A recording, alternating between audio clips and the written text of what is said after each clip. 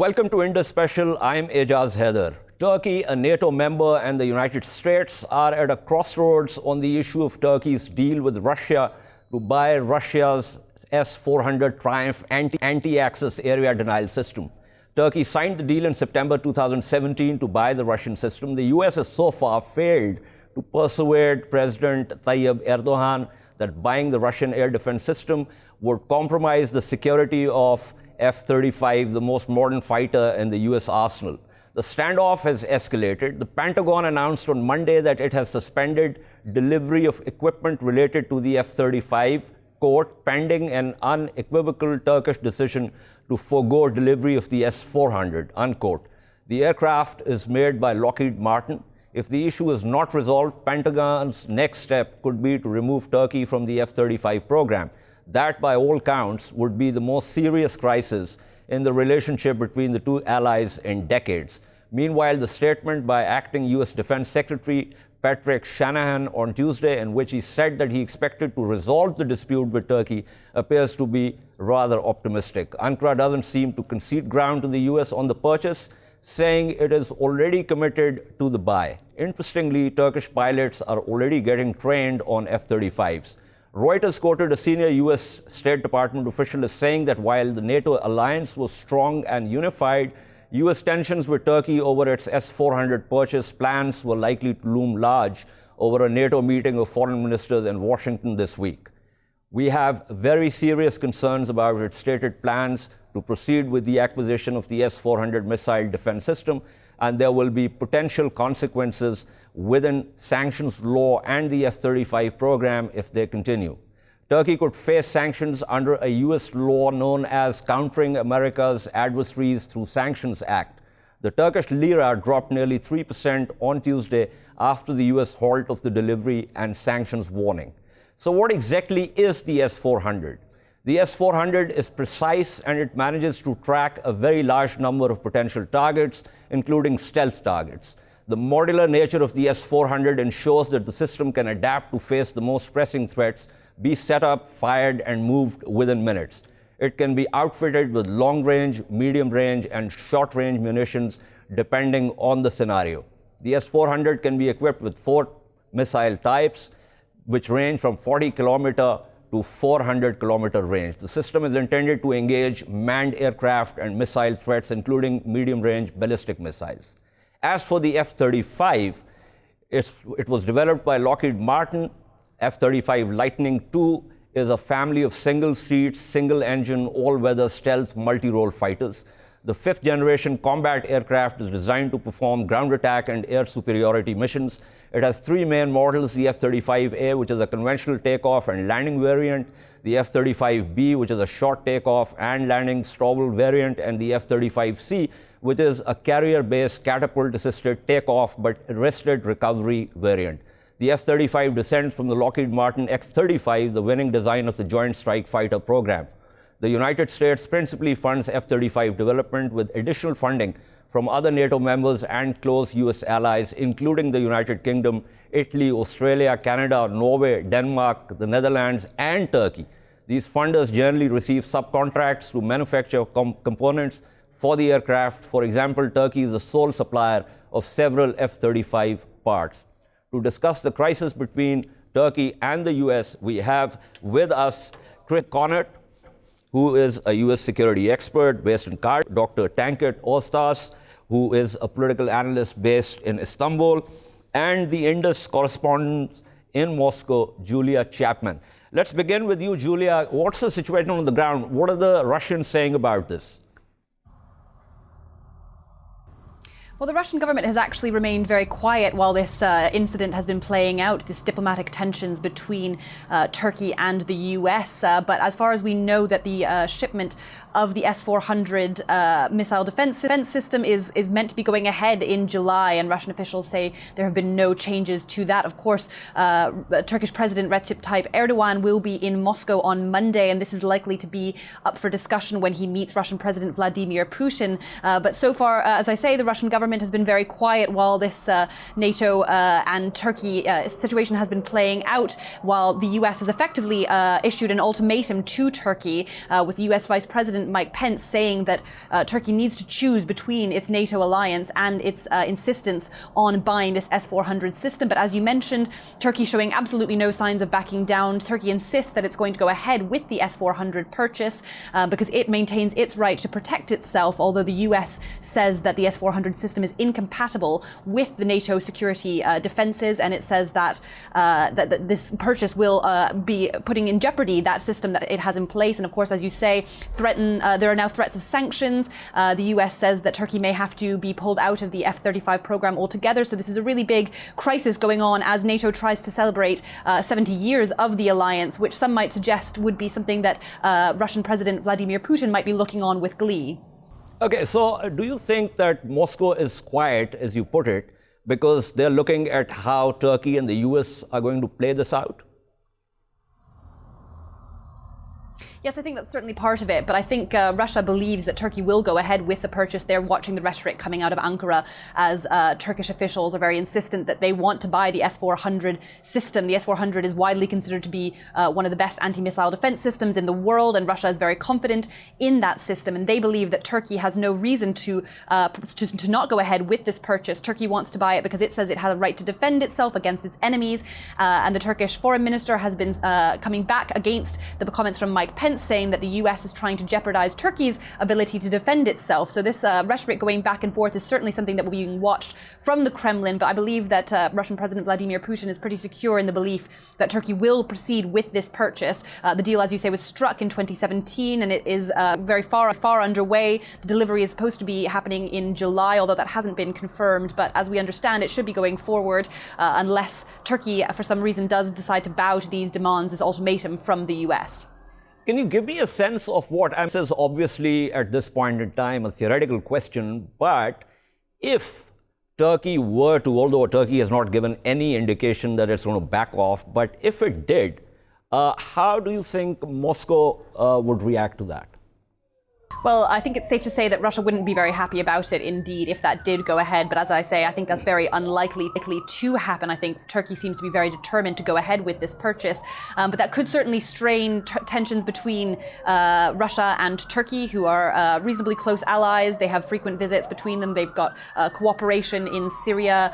The leaders of both Russia and Turkey have been playing a very important role in Syria. And the three, they're two of the three leaders of the Astana format summit, which is something that they've been working very closely on for many months and years now. So I think it would be very difficult for the relationship between the two countries, for the cooperation between them in Syria and in many other spheres, not least military technical. So I think Russia will be watching very closely to see how this all plays out, but it's certainly unlikely that Turkey is going to back down anytime soon. Well, the Chinese already have the S-400 system. The Indians have signed a deal with Moscow for the S-400. The Qataris have said that they would want to have the S-400, as have the Saudis. So it seems to me that for this also becomes a test case of sorts for Moscow, because if this deal goes through and if Turkey decides that it's not going to concede ground to the US demand, then perhaps it would be an incentive for other buyers, potential buyers. Would you agree with that? Yes, I think that's certainly right. I think this is sort of a calling card for Russia, for Russian defense, for the Russian defense industry. As I say, this is one of the touchstones of Russian defense policy, the S-400, and it's managed to sell or have interest in many other countries around the world. But I think also Russia would want to point out to anyone who is skeptical of buying the S-400 system what Turkey has been saying all along, that the S-400 is not necessarily incompatible with other defense systems. Turkey insists that the S-400 would be working separately from the NATO security apparatus in Turkey, and that they would not be working in concert, which would not jeopardize either one of the systems. The US fears, of course, are that the S-400 radars would be able to detect and find out information from the F-35 systems, which could jeopardize the entire system. But Turkey denies that that is the case. I think Russia would certainly agree with that. So Russia is certainly hoping that this deal does go forward. As I say, they're unlikely to be worried about it at this point. And there is much interest around the world for this system, indeed, as it is considered to be one of the best. Thank you, Julia Chapman, for giving us the information from the ground. That was Julia Chapman, Indus correspondent based in Moscow. Christian Kaunert, technically speaking, the ground air defense systems are generally have to be compatible with the aerial platforms that state is flying. And so given the technologies involved, the American concern that Russia could perhaps get information on the F-35s is correct. But this can also be vice versa in the sense that the F-35s could also pick up information on the S-400. So how do you think this is going to play out? That it's unlikely that Turkey is going to cancel the contract now. I think they've leaned themselves so far out of the window that it's pretty clear that they have to kind of stick to their guns now. But I think the important thing here is, technically, you're absolutely right. I think the incompatibility is a problem, and of course, NATO is right to be worried in a sense.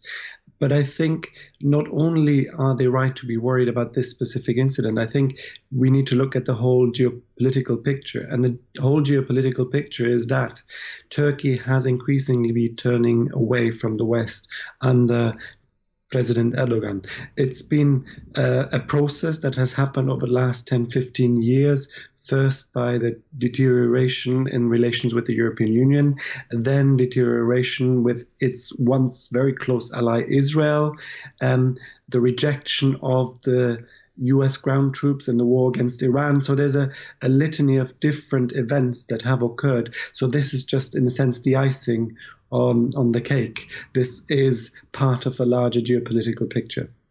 So this statement, attributed to Pence, where he said that Turkey risks expulsion from the F-35 Joint Strike Fighter program, which could cripple Turkish manufacturers who are making parts for the aircraft. Do you think that could then be a precursor to Turkey deciding to just get out of NATO? Absolutely. And if you look at the Turkish debate internally, there's a number of voices that have already mentioned that should Turkey even be part of NATO, is that actually an alliance? And increasingly you hear that in Western countries as well. So I think there's a real possibility that this is the precursor that could set Turkey on a path out of NATO. Whether in fact this will happen, and there's a lot of ifs and buts, and of course the different governments are going to work very, very hard that this doesn't happen, but it could set Turkey on a path out of NATO, yes, indeed. Okay, let me pull in Dr. Tankut Oztas on this. Dr. Oztas, what do you make of this? Because these seem to be non-negotiable positions on both sides, and that obviously is a recipe for a collision course. As Christian Kaunert said, well, Turkey has leaned itself out so much from the window that it'll be difficult for Turkey to sort of return to some kind of position where middle ground could be found. Do you agree with that assessment? I mean, still the negotiation is going on, but the main concern of Turkey is not being mentioned by USA authorities yet, and their main assumption and the problem about this deal is the support that USA give towards the terrorist organization located in Syria, such as YPG and PYP, which is linked to PKK. USA is constantly providing ammunition and weaponry to these groups, and Turkey has a right to defend itself. And if his enemies are equipped with the American weapons, they are thinking that they should find a solution to defend against these preceding attacks from its borders. Yeah, but in terms of ground air defense, the US is saying, well, you get the F-35s and you get the Patriot system, just get rid of the S-400 and we're going to give you the Patriot. So is Turkey's assessment that the Patriot is technically a lesser system compared to S-400 and therefore Turkey wants to have a more effective A280 system? Thank you. Turkey actually wants assurance from USA that it is going to stop supporting terrorist organizations, especially located in Syria. YPG, Turkey believes, is a big, growing threat towards its national security. Therefore, Turkey wants USA to stop sending over 5,000 lorries of ammunition and weaponry and equip these militias there. And within that, I see that the deal for F-35 was not a deal that you are going to get a Patriot with it. So it was not a bundle deal. It was a one-time deal that Turkey has done with for F-35, and Patriot deal was ongoing negotiation for over a decade now. They came, and Turkey has a chance of talking to many different suppliers about this issue. But at the end, since Russia is agreed of transferring technology, as well as the rising threat over its borders when it's concerned, Turkey had a decision rationally about this. Okay. Christian Kaunert, an important issue is that Turkey obviously supplies some parts for the F-35, and those are the parts that are manufactured exclusively in Turkey. Now, if this thing comes apart, obviously there's going to be a massive setback for the Turkish manufacturers, but it could also further delay the F-35 program, and as you know, the program has been beset with various technical problems throughout its evolution. So there's going to be a problem at both ends. Would you agree with that? Yes, I mean, this is always the case in common and joint projects when you are working together to build something together. Obviously, one party leaving that kind of agreement is going to cause problems, and this will, of course, have an impact on the F-35. But I would imagine such a threat wouldn't have been made unless some contingency plans were already being drawn up in Washington. So I would imagine that the damage that would occur is being kept to an absolute minimum in the circumstances. So you seem to imply that the US will be able to absorb the cost of pulling out with this deal with Turkey, whereas it will be difficult for Turkey to absorb the cost. Have I got that right? Well, it's clear that the larger partner here is the United States and its Western allies. So in that sense, the costs, there will be a certain distribution of costs, I would imagine. But of course, in terms of scale, Turkey is the junior partner in this endeavor. So of course, it will bear a larger share of the costs. There's also a sense given by Dr. Oztas also that, this is not the only problem between the US and Turkey. There's obviously been the issue of the Gulanis and the Gulenist leader being based in the US. Turkey has been asking for his return to Turkey. There's also been the problem, as Dr. Oztas said, with what's happening in Syria, some of the Kurdish groups. So it seems to me that there are already diplomatic and or politico-military problems between Turkey and the US, and this seems to add further burden to that. Well, in fact, it's part of the same problem, because I think underlying this decision in terms of the S-400 is a general distrust that President Erdogan has towards the Western powers. I believe that he thinks that Western powers supported the coup attempt, or at least did not stop it from happening. And as a result of that, he has drawn the conclusion that he needs to work with other allies. And in fact, at least certain hypotheses that a number of agencies were making is that, in fact, Russians were very helpful at that moment to stop the coup from happening. And this is part of the payback indeed.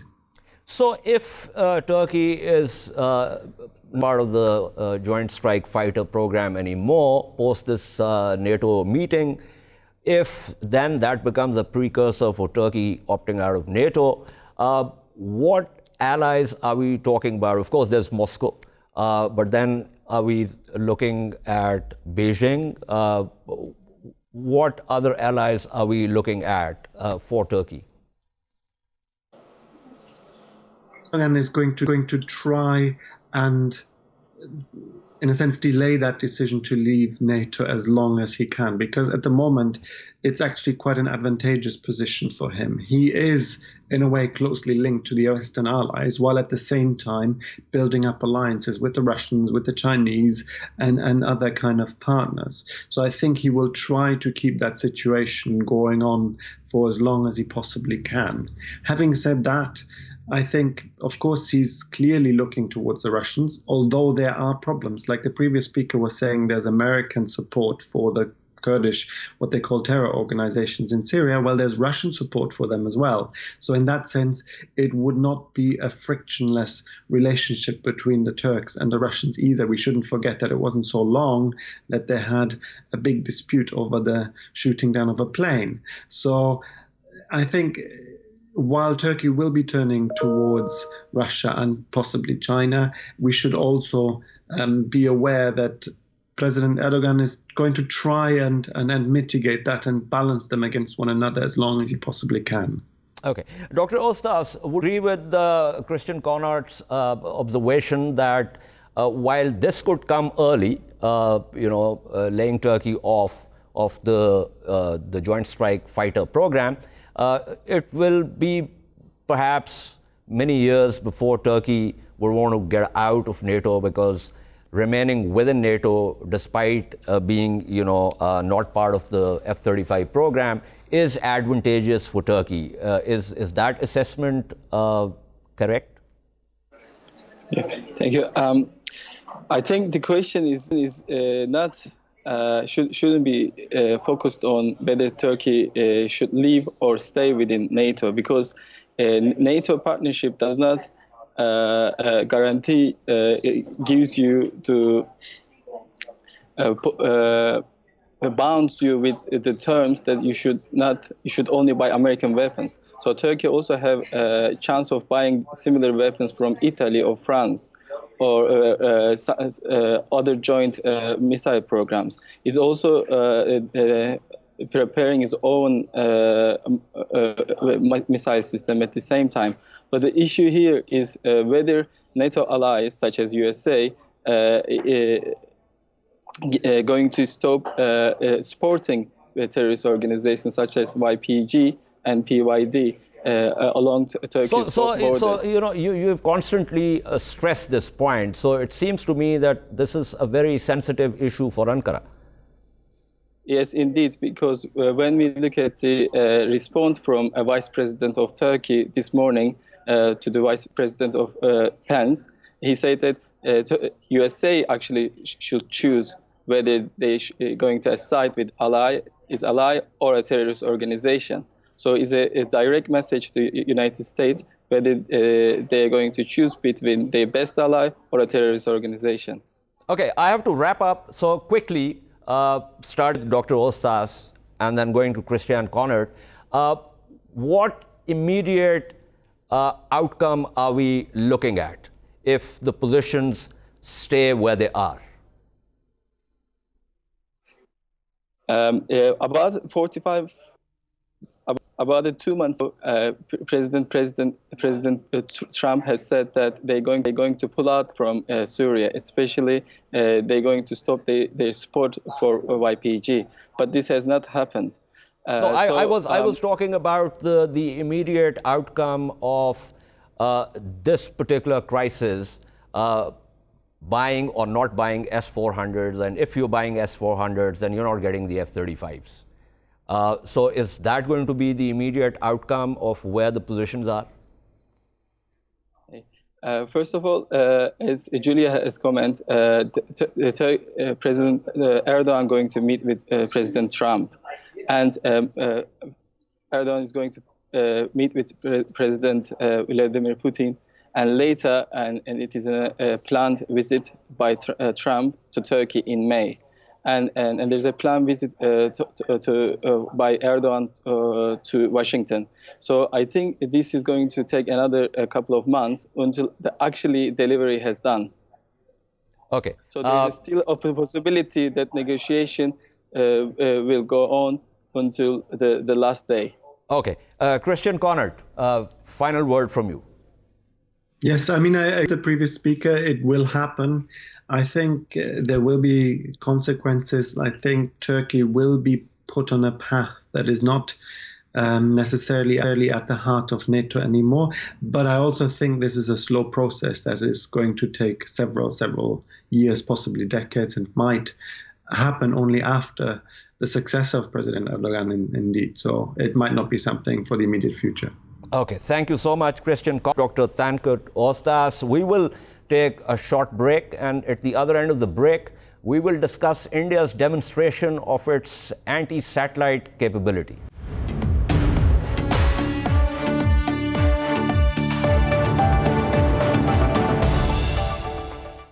Welcome back to Indus Special. We move now to discuss India's shooting down of one of its low-orbiting satellites to demonstrate its ASAT capability. The head of NASA has branded India's destruction of one of its satellites that created 400 pieces of orbital debris and led to new dangers for astronauts aboard the International Space Station. A terrible thing. The NASA chief made these remarks 5 days after the Indian test to prove it was among the world's advanced space powers. Not all of the pieces were big enough to track. The chief explained what we are tracking right now, objects big enough to track. We are talking about 10 centimeters, 6 inches or bigger. About 60 pieces have been tracked. The Indian satellite was destroyed at a relatively low altitude of 180 miles, 300 kilometers, well below the International Space Station and most satellites in orbit. But 24 of the pieces are going above the apogee of the ISS, said the NASA chief. That is a terrible, terrible thing, to create an event that sends debris at an apogee that goes above the International Space Station. He also added that kind of activity is not compatible with the future of human spaceflight. It's unacceptable, and NASA needs to be very clear about what its impact to us is. Now, there's already a treaty called the Prevention of an Arms Race in Space, Paris, which is a draft treaty, and it was submitted to the Conference on Disarmament by Russia in 2008. Now, state parties would commit to refrain from placing objects carrying any type of weapon into orbit, installing weapons on celestial bodies, and threatening to use force against objects in outer space. State parties would also agree to practice agreed confidence-building measures. A Paris treaty would complement and reaffirm the importance of the 1967 Outer Space Treaty, which aims to preserve space for peaceful uses by prohibiting the use of space weapons, the development of space weapon technology, and technology related to missile defense. The treaty would prevent any nation from gaining a military advantage in outer space. So to discuss this, we have Dr. A.H.Nayyar, who is a professor of physics and joins us from Islamabad, and Mr. Nishant Verma, who's a political analyst based in Ahmedabad, India. Let me begin with Dr. Nayyar. Dr. Nayyar, can you give us some technical sense of what exactly is space debris and why is the NASA chief so concerned about it? Well, all the satellites that have gone into space have their lifetime, and also they collide with each other as well as with meteorites, and hence be turned into pieces. So there is a very large cloud of debris circling Earth in various orbits. And that actually has something like 30,000 pieces in it, whereas only about 1,500 working operational satellites are in orbits around the Earth.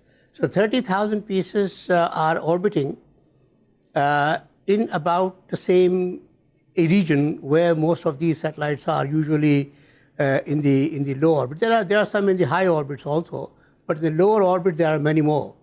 And hence, if they somehow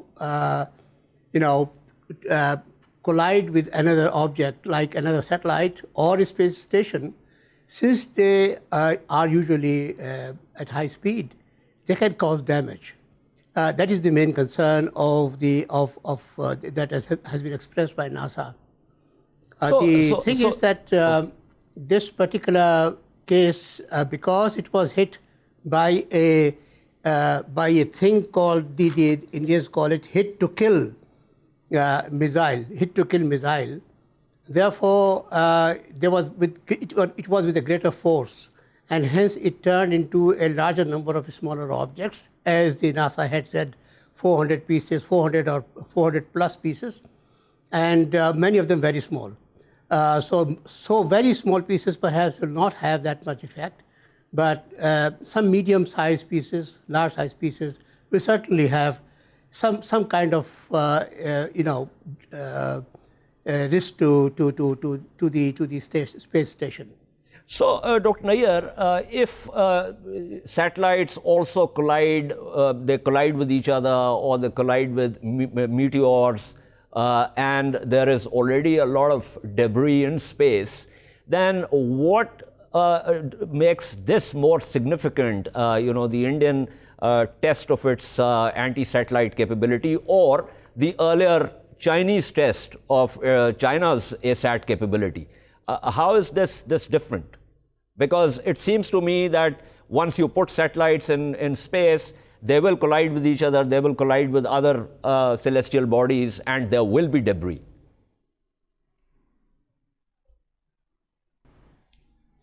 Indeed. There will be debris, and therefore any test of this kind will create more debris, and therefore there will be risk from all of them. I don't know actually.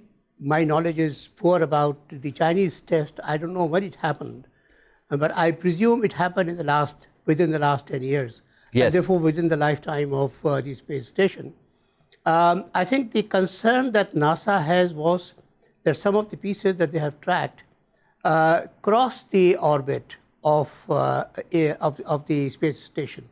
If they cross the orbit of a space station, there's a larger likelihood of colliding with it and hence damaging it. I think that is the main point. Okay. Mr. Verma, there was obviously a euphoria in India about India's testing the ASAT capability, but there were also some analyses that suggested that the timing of this test was to give electoral advantage to Prime Minister Modi and his BJP. Do you agree with that sense? I'm not criticizing India at all, but yes, I understand that the question about the timing definitely arises, knowing that India was already capable of doing this stunt in last 10 years. There was no hurry to do it today or yesterday. But then, yes, I suppose it was a desired thing for Bharatiya Janata Party. It may not be something desired for India as such. So euphoria, yes, with a select class of people was definitely there. I would not say because they failed in their governance here, but then yes, because they failed in their governance, they probably wanted to bank on something which could probably give them some weightage. Unfortunately, it was condemned by most of Indians here because this was neither the time nor the necessity for conducting such a test. Number two, it makes me recollect a very simple example. There's a movie in India of Amir Khan, quite famous, Three Idiots. There's a pointer there which says, when his principal tells him that why a lead pencil is not used in space, the reason given was because if the lead pencil nib breaks, it can go into someone's eye or someone's nose and a person can die. So this is the same thing that has been done.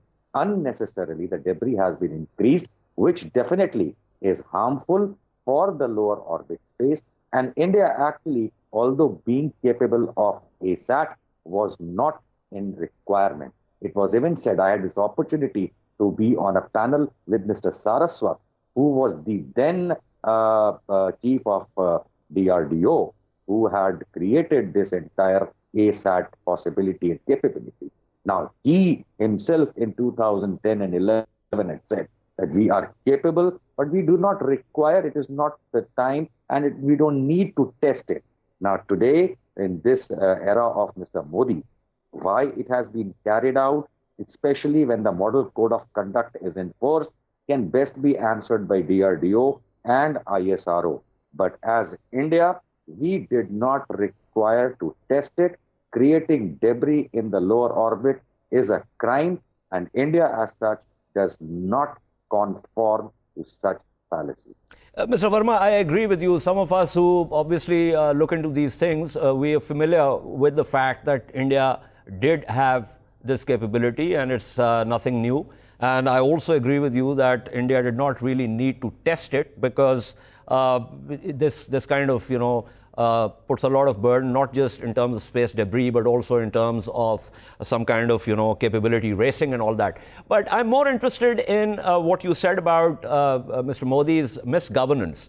Now, when I look at the Indian social media, I find a number of, people who are referred to as bhakts, who attack people who criticize Mr. Modi and the BJP government in any way, whether it's in terms of rising unemployment, or whether it's in terms of, the problem of demonetization, or the problem of misgovernance.